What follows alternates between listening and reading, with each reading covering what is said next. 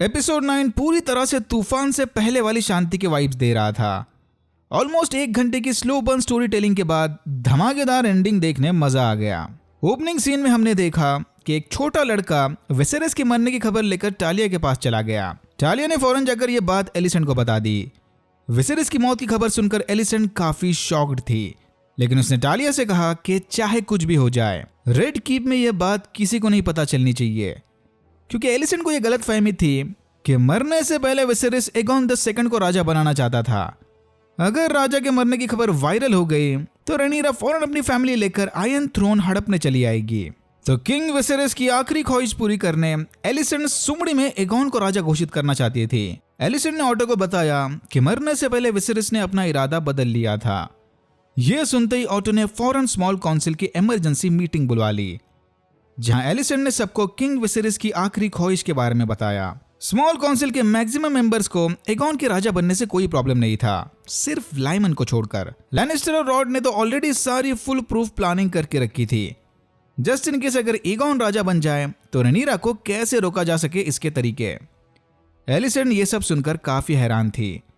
इनसे पहले तो स्मॉल काउंसिल के मेंबर्स ने सिविल वॉर की तैयारी करके रखी थी। मास्टर ऑफ कॉइन्स लाइमन को एलिसेंट की बातों पर बिल्कुल भरोसा नहीं था। ये किंग विसेरेस को बरसों से जानता है। विसेरेस आखिरी मोमेंट पर फैसला बदलने वालों में से नहीं है। जरूर यहाँ कोई साजिश रची जा रही है। लाइमन को तो ये भी शक था कि विसेरेस मरा नहीं बल्कि मारा गया है। वेमन वाले उस इंसिडेंट के बाद शायद किसी ने राजा को मारकर रातों रात किंगडम चेंज करने का गेम खेला होगा, गेम ऑफ थ्रोन्स। लाइमन यहाँ इनडायरेक्टली एलिसेंट को ब्लेम कर रहा था, क्योंकि विसेरेस की आखिरी ख्वाहिश सुनने एलिसेंट अकेली उसके साथ थी, और विसेरेस को आखिरी बार जिंदा भी एलिसेंट नहीं देखा था। एलिसेंट के खिलाफ उठ रहे इन इल्जामों को सुनकर सर क्रिस्टन कोल ने गुस्से में लाइमन को टेबल पर पटक दिया। लाइमन बेसबरी जगह पर ही चल बसे। ये देखकर सर हैरोल्ड ने कोल पर तलवार तान दी। देख के लग रहा था कि ये दोनों नाइट्स यहीं पर शुरू हो जाएंगे, लेकिन समय रहते एलिसेंट ने उन्हें शांत करवा दिया। ग्रैंड मास्टर ने सबको बताया कि इन केस ग्रीन काउंसिल को आगे बढ़ाने से पहले एटलीस्ट लाइमन की बॉडी तो बाहर निकाल दो, लेकिन नहीं। ऑटो ने कड़ी वार्निंग दी कि इस काउंसिल का रिजल्ट निकलने से पहले कॉन्फ्रेंस रूम के दरवाजे नहीं खुलने वाले। बेसिकली सारे यहाँ ग्रीन सपोर्टर्स की गिनती कर रहे थे कि एगोन के राजा बनने के बाद कितने लॉर्ड्स किंग के सपोर्ट में होंगे और कितने रेनीरा के। टाइलन लेनिस्टर को लगता है कि बराथियंस का सपोर्ट हासिल करने शायद इन्हें कॉन्ट्रैक्ट मैरिज का सहारा लेना होगा। सभी एलिसेंट ने सबसे पूछा कि बाकी लॉर्ड्स का तो ठीक है, लेकिन ये लोग रेनीरा को कैसे हैंडल करेंगे। सबको अच्छे से पता था कि रेनीरा और डेमन दोनों ही एगोन के आगे नहीं झुकने वाले। तो सबसे सिंपल सोल्यूशन यही होगा कि ग्रीन्स रेनीरा की सारी फैमिली को ही मार दें, क्योंकि जब तक रेनीरा की फैमिली जिंदा है वो नहीं रुकने वाले। ऑटो को भी लगता है कि सिविल वॉर करवाने के बजाय इन्हें बस कुछ लोगों की जानें लेकर मैटर यहीं क्लोज कर देना चाहिए। यह सुनते ही एलिसेंट गुस्से से भड़क गई। एलिसेंट ऐसा कतई नहीं होने देगी, लेकिन अनफॉर्चुनेटली क्वीन के बाद दूसरा कोई अल्टरनेट उपाय भी तो नहीं था। फिर ऑटो ने हैरोल्ड को ड्रैगन स्टोन जाकर रेनीरा की फैमिली को मारने का हुक्म दिया। यह देखकर सर हैरोल्ड वेस्टरलिंग ने जगह पर रिजाइन कर दिया। हैरोल्ड किंग्स गार्ड का मेंबर था। अब जब तक नया किंग नहीं आता, हैरोल्ड किसी दूसरे से ऑर्डर नहीं लेने वाला। एलिसेंट और ऑटो मीटिंग खत्म करके एगोन से मिलने चले गए। सरप्राइजिंगली एगोन का पूरे रेड कीप में कहीं अता पता नहीं था। हेलेना की बातें सुनकर लग रहा था कि उसके लिए ये बड़ी आम बात है। एगोन अक्सर भेस बदल कर रंगरलियां मनाने रेड कीप से बाहर जाया करता था। यहीं पर फर्स्ट टाइम हमारी मुलाकात एगोन और हेलेना के बच्चों से हुई। बुक्स के हिसाब से इनके नाम जहरा और जहरिस होने चाहिए। एनीवेज, क्वीन एलिसेंट ने हेलेना को किंग की मौत के बारे में बताया। यह सुनते हेलेना ने फिर से उसकी बीस्ट बीनीथ द बोर्ड्स वाली प्रोफेसी दोहराई। इस प्रोफेसी का जवाब शायद हमें इसी एपिसोड के एंडिंग में मिल जाएगा, अनलेस इस प्रोफेसी का कोई और भी ज्यादा डीप मतलब हो। एलिसेंट ने फौरन एगोन को ढूंढने कोल को बाहर भेज दिया। इस मिशन पर एमंड भी कोल के साथ जाएगा। दूसरी तरफ ऑटो एगोन के प्राइवेट सिक्योरिटी गार्ड यानी सर एरिक से मिलने चला गया। एरिक और उसका जुड़वा भाई एरिक ऑटो के कहने पर एगोन को ढूंढकर पहले इसके पास लेकर आएंगे। यानी एलिसेंट और ऑटो की अलग अलग पार्टीज एक ही टाइम एगोन को ढूंढ रहे थे। देखना यह है कि पहले इसे कौन ढूंढ पाता है। न्यूज को बाहर जाने से रोकने लैरिस ने सारे नौकरों को जेल में बंद करवा दिया, लेकिन समय रहते टालिया ने मोमबत्तियां जलाकर राजा के मरने की खबर मिजारिया तक पहुंचा दी थी। एक गार्ड ने जाकर राइनीस के रूम पर भी ताला लगा दिया ताकि समय से पहले इसे भी कुछ पता ना चले। ऑटो ने रेड कीप में रह रहे लोकल लॉर्ड्स को थ्रोन रूम में बुलाकर उन्हें विसेरिस की मौत की खबर सुनाई। ऑटो ने सबको समझाया कि किंग ने मरने से पहले एगोन को नया राजा चुन लिया था, तो जितने भी लॉर्ड्स विसेरिस के सपोर्ट में थे उन्हें अब होने वाले किंग एगोन के आगे भी घुटने टेकने होंगे। एक दो लॉर्ड्स को छोड़कर बाकी सब नी बेंड करने के लिए मान गए। जैसे ही लॉर्ड कैसवेल ने देखा कि ऑटो रेनीरा के सपोर्टर्स को कैद करवा रहा है, इसने भी लास्ट मोमेंट पर हिचकिचाते हुए घुटने टेक दिए।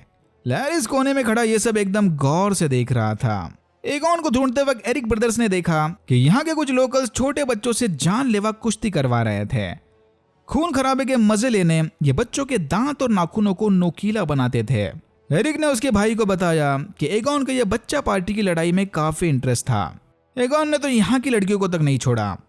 यहाँ कोने कोने में एगोन के बास्टर्ड्स मिल जाएंगे। सर एरिक को नहीं लगता कि एगोन राजा बनने के लायक है। तभी एक लड़की ने इन्हें बताया कि इसकी बॉस यानी व्हाइट वर्म एगोन की लोकेशन जानती है, लेकिन व्हाइट वर्म ये इन्फॉर्मेशन सिर्फ और सिर्फ ऑटो को ही देगी। किंग विसेरिस को फाइनल रिचुअल्स के लिए तैयार करके एलिसेंट राइनीस से मिलने चली गई। भाई इस शो ने एलिसेंट का कैरेक्टर पूरी तरह से चेंज कर दिया। बुक वाली एलिसेंट इतनी इमोशनल और रैशनल थिंकर कतई नहीं थी। उसे तो किसी भी कीमत पर अपने बेटे को राजा बनाना था बस।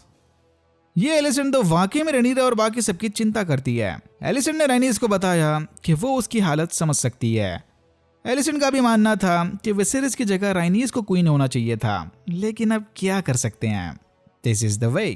वुमेन्स थ्रोन पर नहीं बैठ सकते तो क्या हुआ, एटलीस्ट वो थ्रोन पर बैठने वाले मर्दों को सही रास्ता तो दिखा सकते हैं। बेसिकली यहाँ एलिसेंट राइनीस को बता रही थी कि ग्रीन्स को ज्वाइन करते ही राइनीस के सारे प्रॉब्लम्स खत्म हो जाएंगे। आखिर उसके बेटा बेटी भी तो ब्लैक्स की वजह से ही मारे गए थे ना। एलिसेंट को राइनीस के ड्रैगन्स चाहिए ताकि वो अपनी साइड को और भी ज्यादा मजबूत बनाकर रेनीरा को कॉर्नर कर सके। राइनीस एलिसेंट की बातें सुनकर काफी इंप्रेस थी। वो जितना समझती थी एलिसेंट उससे कहीं ज्यादा होशियार निकली। एलिसेंट में दिमाग तो है, लेकिन रानी वाला पैशन बिल्कुल नहीं है, वरना वो किसी और को आयरन थ्रोन पर चढ़ाने की बजाय खुद 7 किंगडम्स पर राज करने के बारे में सोचती। राइनीस को सोचने के लिए थोड़ा टाइम देकर एलिसेंट वहां से चली गई।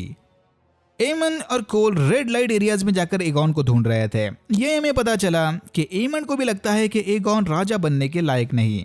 बचपन से हर एक चीज एगोन को बैठे बिठाए झोले में मिल जाती थी। एमन को हर एक छोटी से छोटी चीज को लेकर लड़ना पड़ता था। इवन ड्रैगन वाला हक पाने भी इसने अपनी आंख गंवा दी, इंडिकेटिंग कि एमन का मानना है कि एगोन की जगह इसे राजा बनना चाहिए। बट अगेन क्या ही कर सकते हैं, इसने रूल्स नहीं बनाए और फर्स्ट बॉर्न होने की वजह से एगोन गद्दी का पहला हकदार है। तभी इन दोनों की नजर एरिक ब्रदर्स पर पड़ी। एरिक ब्रदर्स ऑटो को व्हाइट वर्म एके मिजारिया से मिलवाने ले गए। ऑटो को इंप्रेस करने मिजारिया ने इसे बताया कि वो जानती है कि किंग विसेरिस अब नहीं रहे। मिजारिया इन्हें एगोन की लोकेशन बता देगी। बदले में ऑटो को इसे पैसे देकर किंग्स लैंडिंग में चली बच्चों की फाइटिंग बंद करवानी होगी। और हाँ, ऑटो को हमेशा यह बात याद रखनी होगी कि एगोन को राजगद्दी पर चढ़ाने में मिजारिया का भी बहुत बड़ा हाथ था, वरना यह बड़ी आसानी से एगोन को मरवा कर रेनीरा तक खबर पहुंचा देती। ऑटो ने इससे वादा किया कि वो मिजारिया के इस एहसान को नहीं भूलेगा। फिर इसकी बताई लोकेशन पर जाकर एरिक ब्रदर्स ने एगोन को ढूंढ लिया। सेप्ट के बाहर आते ही कोल और एमन ने इनका रास्ता रोका। ऑटो से पहले ये दोनों एगोन को एलिसेंट के पास ले जाने वाले थे। एक भाई कोल से लड़ने चला गया, लेकिन सर एरिक अब इस सबसे तंग आ चुका था। उसे अब इन ग्रीन्स के मामले में नहीं पड़ना। कोल ने एरिक को हरा दिया और एमन ने एगोन को पकड़ लिया। एगोन चाहता है कि ये दोनों उसे किसी बोट में बिठाकर यहाँ से दूर भेज दें। उसे राजा बनने में कोई इंटरेस्ट नहीं। एमन को चाहे तो वो राजा बन जाए, but again rules are rules. इतना बोलकर ये दोनों एगोन को एलिसेंट के पास ले गए। एलिसेंट नहीं चाहती थी कि ऑटो अकेले में एगोन के कान भर के उसे रेनीरा को मारने का सजेशन दे। ऑटो को अब भी लगता है कि रेनीरा की फैमिली का जिंदा रहना इनके लिए फ्यूचर में बड़े प्रॉब्लम्स क्रिएट कर सकता है, लेकिन एलिसेंट की अब अच्छे से समझ आ गया था कि ऑटो को पॉलिटिक्स के अलावा दूसरा कोई रिलेशन समझ नहीं आता। इसने खुद के लिए अपनी बेटी का इस्तेमाल करके राजा को फंसाया था। एलिसेंट अब यही चीज एगोन के साथ होने नहीं देगी। ऑटो को रियलिटी चेक करवाकर एलिसेंट अपने रूम में चली गई, जहां लैरिस उसका इंतजार कर रहा था। लैरिस के पास एलिसेंट के लिए काफी इंपॉर्टेंट खबर थी, लेकिन खबर सुनने के बदले इसे पहले लैरिस को खुश करना होगा। यप, लैरिस को फूड फेटिश है। एलिसेंट धीरे धीरे शूज वगैरह निकालकर लैरिस के सामने स्ट्रिप टीज करने लगी। फिर लैरिस ने एक्साइटमेंट में इसे बताया कि रेड कीप में खबरियों का जाल बना है। उन्हीं स्पाइस की मदद से ऑटो ने एगॉन को ढूंढा था और यहाँ की मेन स्पाई एलिसेंट की नौकरानी टालिया है। अगर एलिसेंट चाहे तो लैरिस स्पाइस के लीडर को मारकर इस मामले को फौरन जड़ से उखाड़ फेंक सकता है। एलिसेंट ने अपने पैर साइड में रखकर लैरिस को इनडायरेक्टली परमिशन दे दी। ये देखकर लैरिस खुशी के मारे उसके छड़ी के साथ खेलने लग गया। बेचारा वेसेरिस ऊपर से ये सब देखकर क्या सोचता होगा। रैनीरा की हरकतें क्या कम थी जो अब एलिसेंट भी पेटीएम सर्विसेज देने लग गई। एलिसेंट से ऑर्डर मिलते ही लैरिस की साइलेंट गैंग ने मिजारिया के अड्डे में आग लगा दी। अब एग्जैक्टली पता नहीं कि इसमें कौन कौन मारा गया। लॉर्ड कैसल ने सुमड़ी में यहाँ से भागने की कोशिश की थी ताकि वो समय रहते सारी खबर रनीरा तक पहुंचा सके, लेकिन लैरिस से टिप मिलते ही गार्ड्स ने उसे एन मोमेंट पर पकड़ लिया। सर एरिक ने भी अपनी साइड चुन ली।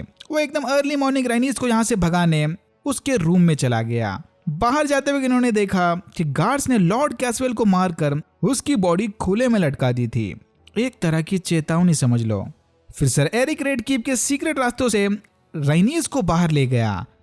किंग्स लैंडिंग की गलियों में ढेर सारे लोग जमा हो गए थे। सबको खबर मिली थी कि राजघराने ने ड्रैगन पिट में कोई इमरजेंसी अनाउंसमेंट रखी है। रास्ते में मची भगदड़ में रैनीस और एरिक अलग हो गए। रैनीस भी सबके साथ क्राउड को फॉलो करते हुए ड्रैगन पिट की ओर चली गई, जहां ग्रीन्स एगॉन को राजा घोषित करने वाले थे। ड्रैगन पिट पहुंचने से पहले एलिसेंट ने एगॉन को समझाया कि उससे रनीरा की फैमिली को मारने की कोई जरूरत नहीं। राजा बनते एगॉन को सारे डिसीजन एकदम सोच समझ कर लेने चाहिए। लेकिन एगॉन को ना ही एलिसेंट की बातों में कोई इंटरेस्ट था और ना ही आयरन थ्रोन में।